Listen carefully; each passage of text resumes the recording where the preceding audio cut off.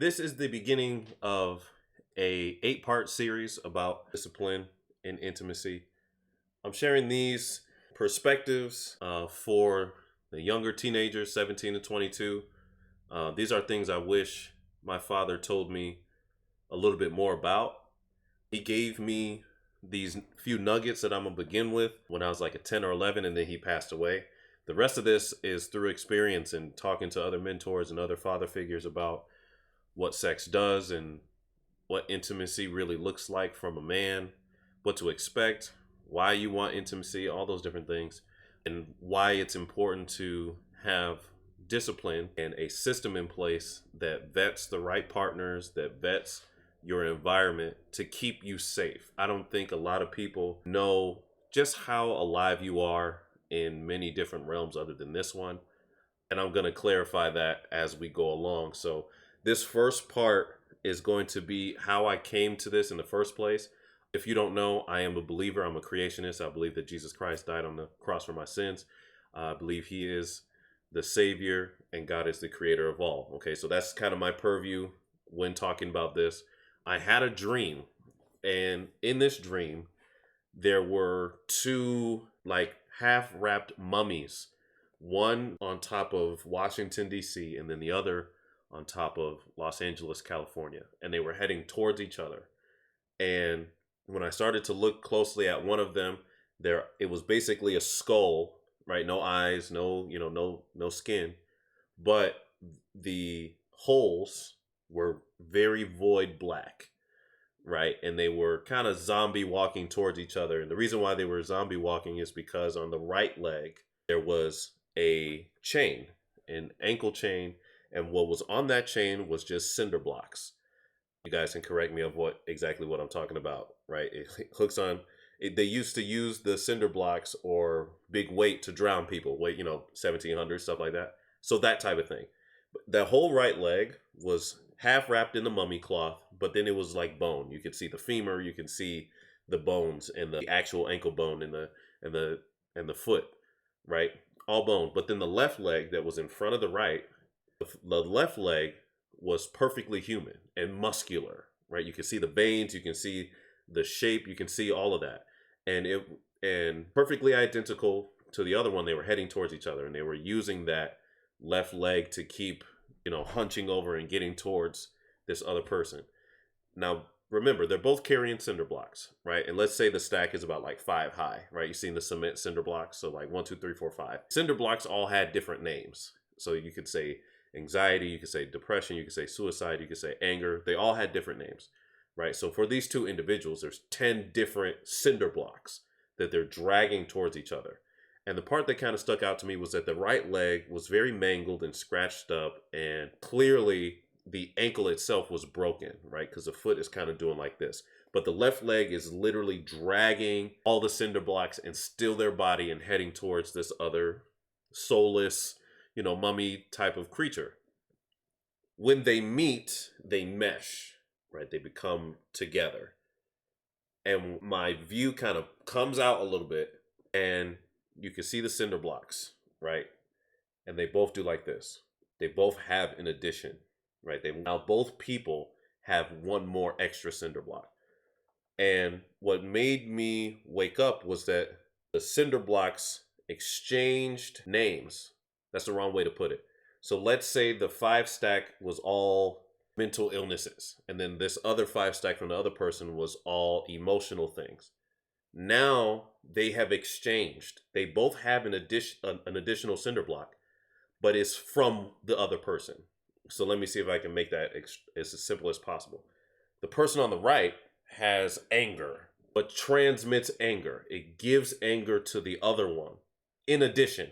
So this person on the left is already dealing with anxiety, depression, suicide, etc., etc. But now there's anger on top of it. But then the person on the right just got depression, right? And they're dealing with all these different issues, but now they are getting depression. So the way that dream starts to interpret goes back to when I was a kid, and my dad would have these talks with me when I was like 9 and 10 years old about women and sex and, etc. He told me one key thing: be careful who you have sex with, because sex is the embodiment of two people coming together. and becoming one. You're one human. When you are inside of a woman, you both are like this. For however amount of time that is, you are literally one person. I hope that is making sense. And I hope it's starting to scare you, to be honest. Spiritually, that is happening as well. You two are becoming one spirit. So whatever comes with you has now been intertwined, right? Entangled, right? That's why we went on that cute little run with entanglement. It's deeper than a situationship. You are literally have entangled your issues, and now the both of you might need each other to work through the issues because you're more familiar with the anger, as an example, right? The earlier analogy. And then I'm more experienced with the depression. So I need your help with this and vice versa, right? So my father always told me, be careful of who you share yourself with because you're going to leave with something. Good, bad, and ugly. You're going to leave with something. It is not a coincidence that the more that you're intimate with a person, not just having sex, but you're sharing yourself and being vulnerable, that you pick up on each other's tendencies, habits, and speech, similar tastes and smells and music, etc., etc. Over time, you two literally start to mesh in every single realm, mentally, emotionally, spiritually, and physically. You get closer together. That is intimacy, right? So a lot of divorces happening. Why? Because of money and lack of intimacy. I don't feel like I know this person anymore. Making sense so far. So be careful of who, I got my notes down here. Be careful of who you are sharing yourself with. So in that dream, the skull, right? I told you the skull did not have eyes and it was basically black pits in both eyes and the mouth. That is a symbol of the void we feel as men not having adequate intimacy. If you do not have a purpose in life, a strong faith or belief in life, you will feel empty and chasing another person that is currently going through the same thing. Birds of a feather, right? This is why the dating marketplace is what it is. It's completely casual, and besides, go home in a space like this where you may not want to be here, right? I don't want to be in an attic, but I had time to be alone and to not share myself with someone for almost 2 years. I did a lot of homework on my own issues, right? I had to face my own fears and my own demons and all these different things that I was going through and be a part of my own deliverance and my own freedom so that I had new boundaries and new standards and new ways to communicate to myself and others. I can't tolerate certain things anymore because of what gets attached to me. Okay, I hope I'm making sense so far.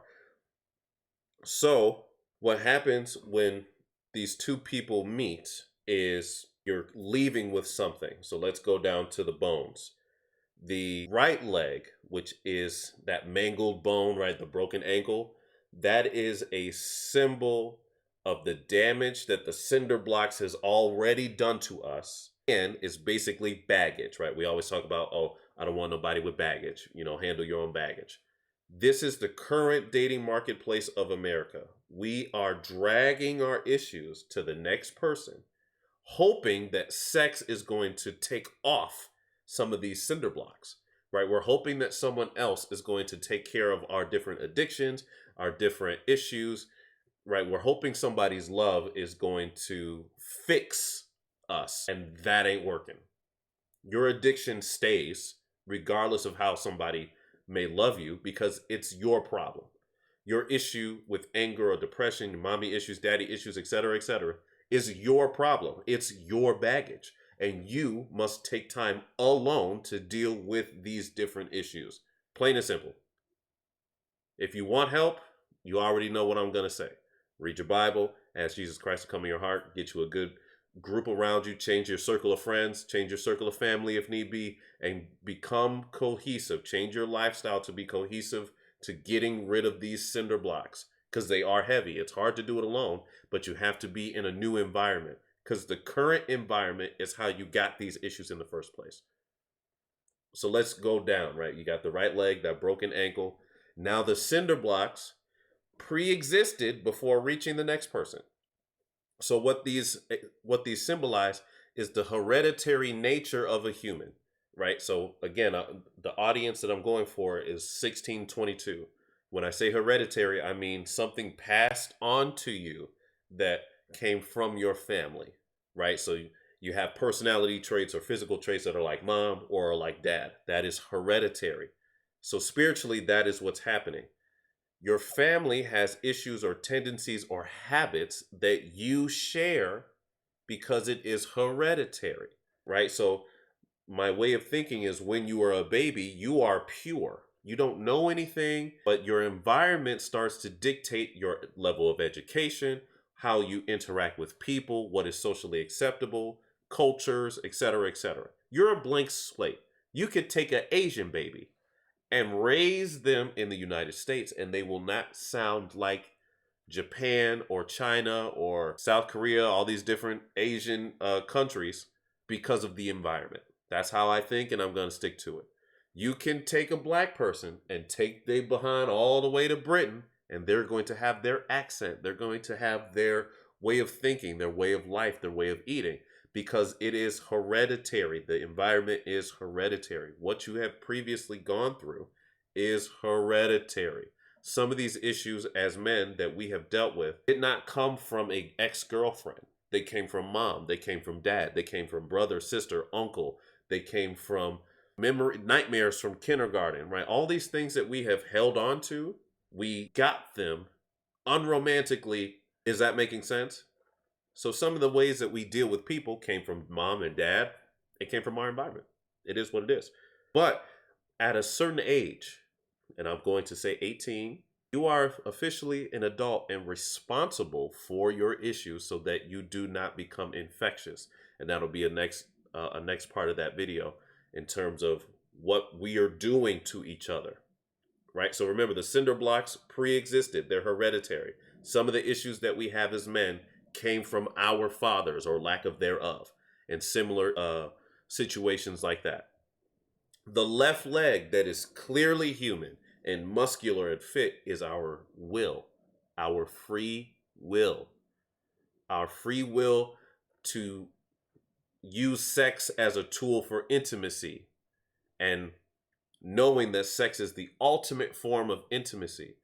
We have a will so strong that we will drag all our issues, drag our mangled bodies and minds and hearts and soul to the next person because of the feeling of sex. Now, I'm grown. I'm 30 years old. Sex is phenomenal. Nobody's going to sit here and lie and say that sex or different sins don't feel good. They feel great. It's not even like a good. It's phenomenal. Sharing yourself with a person, especially when you're sexually compatible, it is absolutely amazing. I'm not going to be cordial and be like, it's such a pleasant experience. No, it is fire and you want more of it. And once you have a good experience, you want to continue to have more experiences like that. But that's not intimacy. That's sex. And sex is a part of intimacy, not vice versa.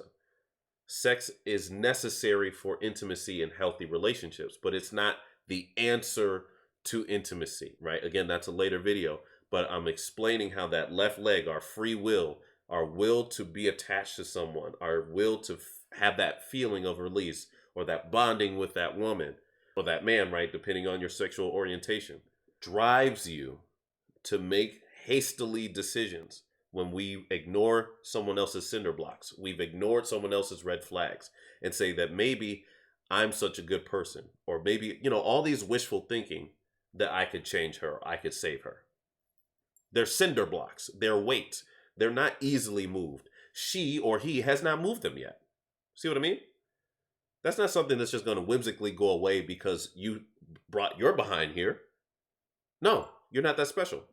You're not that special. You don't have that much power. You don't have that much authority to cause that level of change if the rest of your body is a skull. You see what I mean?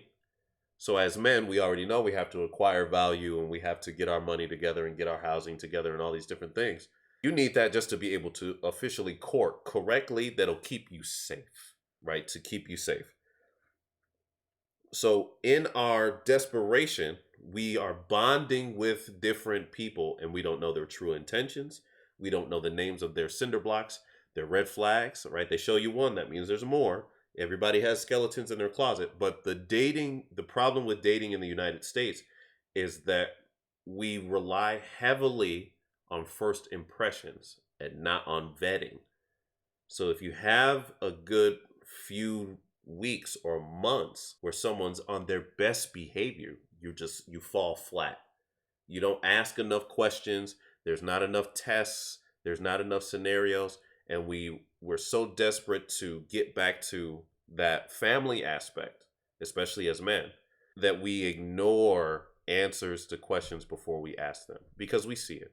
We know this particular woman is not good for us, but maybe the 1% chance it'll work. Rolling the dice. It is literally like winning the lottery, and you can't bet your life on that. People are losing their houses and life savings gambling, and when you are casually having sex with so many people, you're gambling with your soul and your spirit with what you're going to leave with. You're hoping that you won't end up with HIV, AIDS, etc., right? That's physically. But all these different issues are going to come with. All these different issues are going to come with. We live in a time where it is so okay with being witches. It's so okay with being succubus and vampires and all these weird adaptations of monsters. It's so acceptable to say, yeah, I'm a monster, I'm a demon, and then go have sex with one. Make it make sense. We're not being safe with the rest of ourselves.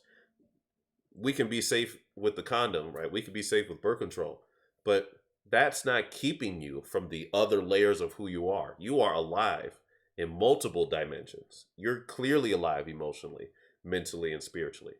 What is the equivalent of your birth control and condoms and stuff like that in those different aspects? As men, we've spent no time on that, and what ended up happening is we started to praise this pathetic promiscuous behavior because it solved it temporarily fixed a feeling.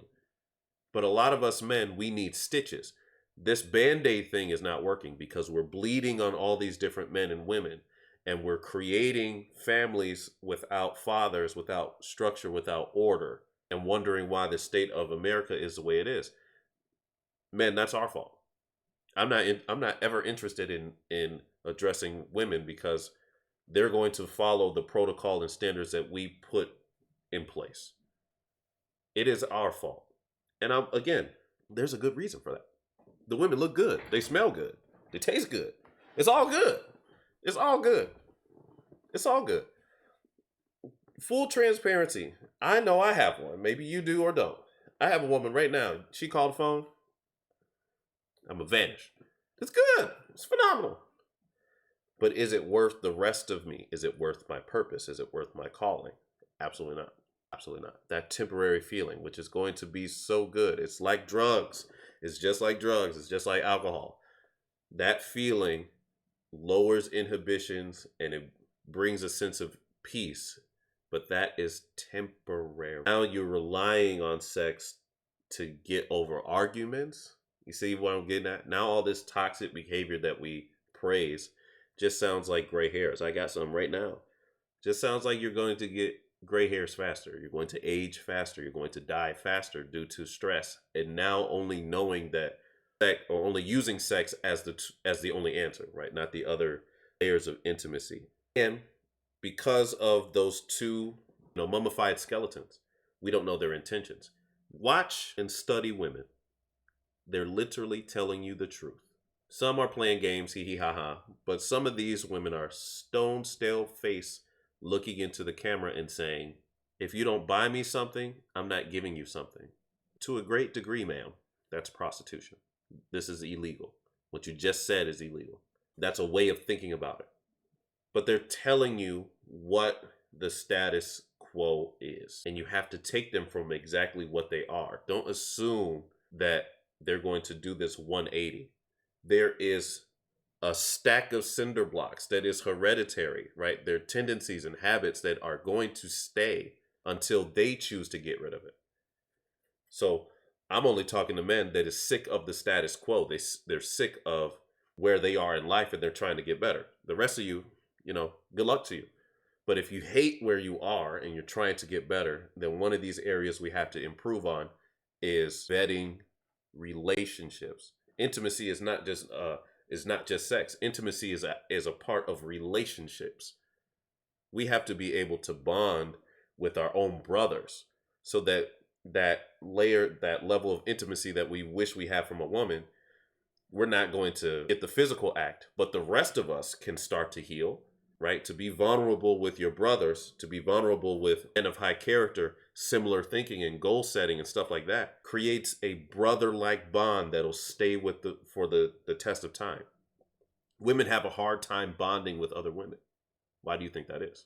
Let it sink in. Why do you think women have a tough time having a true best friend? Because of all the layers, all the secret jealousy and envy. And just study women. Don't romantically chase a female. Your next female, don't do that. Learn. Ask as many questions as you possibly can. Learn. They are telling you straight up and down what is going on and how they feel about it. It's together.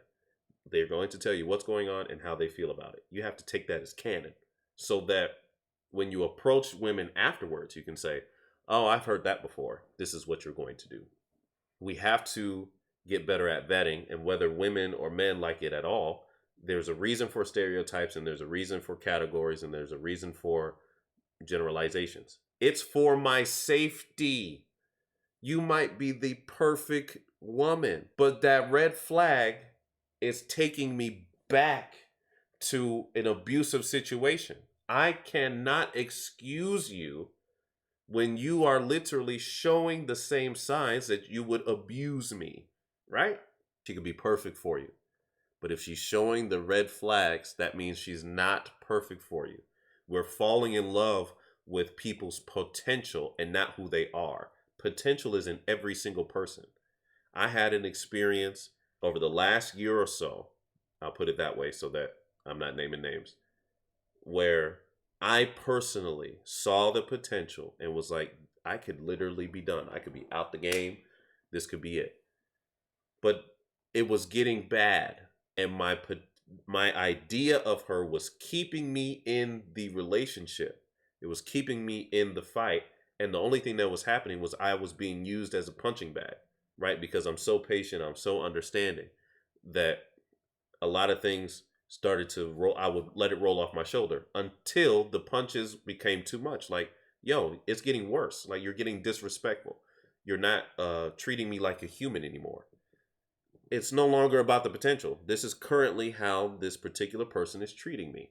They have the potential. They could turn around, pull a 180. But I have to realize that what is in them is how I got here in the first place. So, to a certain degree, we have to use each other in relationships and vet them, right? That's all relationships is a transaction of usefulness, right? When you say it like that, the women hate it, but you're only trying to be around people that are useful to you, right? That add value to your life, that care about your safety and care about your mentality and your emotional state. You're not interested in being around people that only take from you, right? You're interested in being around people that can give to you as well and you give to them. So that's usefulness, right? But we have to be careful and vet people from just pouring anything and everything into us, right? We can't keep meshing together and not looking at these people's cinder blocks. That goes for sex, that goes for business deals, that goes for friendships, that goes for family. I don't care if they're blood. If they're not treating you according to your newfound boundaries, that's not love. Love is sacrifice, and it's a sacrifice of thine own self. I'm going to push maybe my wants or feelings to the side because I love you that much to do X, Y, and Z. As long as it's not crossing my boundaries, I love you enough to do X, Y, and Z. That is love. Love is sacrifice. Remember that. So the takeaway from this video is to practice standards and boundaries. Now on my Patreon, I'm going to go a little bit deeper about vetting, boundaries, and standards, stuff like that. But I want us to start, as men, to start being a little bit more fanatical about what we desire out of any relationship, not just with women, any relationship. You hear the garbage on the internet. I want a woman who's 6 foot tall. He makes this, and da da da da. I want a man that does this. You are allowed to declare what you want out of any person, and if they cannot meet the standard, you decide whether you're going to deal with the cinder blocks. You might not have all of the standards met, right? Don't be unrealistic. Like I said, in the Patreon, I'll go a little bit deeper of what I feel and my opinion on what's realistic and not. But some of these issues that we're getting tangled up with are basic, right? The level of disrespect that we'll tolerate, that's basic. That's absolutely basic. But we have to practice that. We have to check people. We have to let people know what our standards and boundaries are to keep ourselves safe. Why am I going to be the only one vexed? I'll leave you with this. How come you're going to act out onto me? You're going to upset me, anger me, and then I can't sleep because my mind is thinking of what I could have done better, and you're there snoozing. You're out like a light, and I'm pissed off in my bed. Can't sleep because of what you said to me, because your words lasted years. Dad, brother, sister, ex-girlfriend, ex-boyfriend. Your words had a longer effect. I almost wish that you hit me because at least I'll see the wound go away. But what's in here is not whole after what you just said to me, after how you just cut me. Why would you allow somebody to give, why would you give somebody the chance to do that to you? Right? So that is part one, the dream and the interpretation, and where I'm going with this video series about intimacy. We are at the dating marketplace in America, right? To sum it all up, is we are void, soulless people trying to fill our emptiness with sex, and we're exchanging more than just a physical act. We are exchanging issues, and we're adding on weight to the point where you can hear men and women literally say, I don't know who I am anymore. Because you've mixed your DNA with so many different people, you actually are not who you are. Physically, yeah, but you have so many different individuals' tendencies and habits, you're not you no more. You're not you anymore. So be mindful of that. Check out the Patreon. You can follow me on all my socials. I'll have them on the screen for you. But keep that in mind. This is part one. We're going to do a deep dive, but part one is that summary. Stop letting yourself power yourself. I mean, there's so much power in the free will. Stop pushing yourself to have sex with a person that has so many issues. Okay. Next video is going to be part two. Remember, I'm going to do a deep dive on Patreon. I'll see you in the next video.